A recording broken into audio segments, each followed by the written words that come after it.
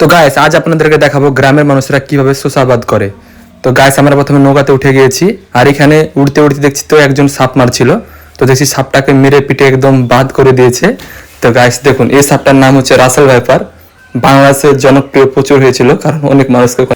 আমরা সাপ দেখার পর আমরা চলে গেলাম শসা ভুঁয়ের কাছে। তো আমরা এখন যাব ভুঁয়ে, তো আপনাদের সাথে ভুঁয়ে দেখা হচ্ছে। দিব সাপ পাউডার, যা গাছের ছত্রাকনাশক, ভাইরাস সবগুলোকে প্রতিরোধ করে। আর এটা হচ্ছে মনোসিল, যা পোকামাকড় মানে বিষাক্ত পোকাকে মেরে ফেলতে সাহায্য করে, যেন গাছগুলো কাটতে না পারে গাছকে। তো দেখতে থাকুন ভিডিও।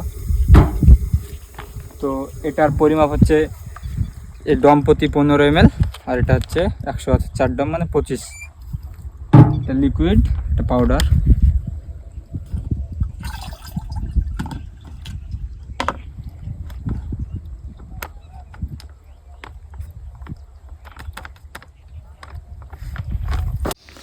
তো বন্ধুরা বিষ মিক্স করার পর আমরা এখন চলে যাচ্ছি শসা ভুঁয়ের কাছে। তো আপনাদেরকে আসলে সরাসরি দেখাবো কি কারণে আসলে বিষটা দিচ্ছি। তো চলো ভুঁয়ে যাওয়া যাক। তো বন্ধুরা দেখতে পাচ্ছেন কত সুন্দরভাবে বিষটা দিচ্ছে।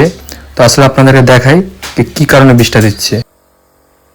তো আজকে যে স্প্রেটা করা হচ্ছে মূলত এই যে ব্যাকটেরিয়া যে গাছে ব্যাকটেরিয়া আক্রমণ করেছে, তো এই বীজটা খারাপ। তো গাছটা দেখতে পাচ্ছেন এই বীজটা খারাপ, তো গাছটা হলুদ হয়ে গেছে, চড় নেই।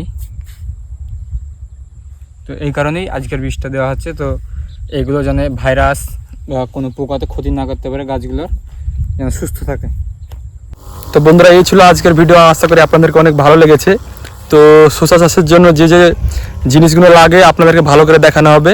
তো অবশ্যই চ্যানেলটিকে সাবস্ক্রাইব করবেন আর পাশে থাকা বেল আইকনটি প্রেস করে দেবেন এরকম আরও ভিডিও দেখার জন্য। তো এই আজকের মতন এটুকু, দেখাবে কোনো নেক্সট ভিডিওতে।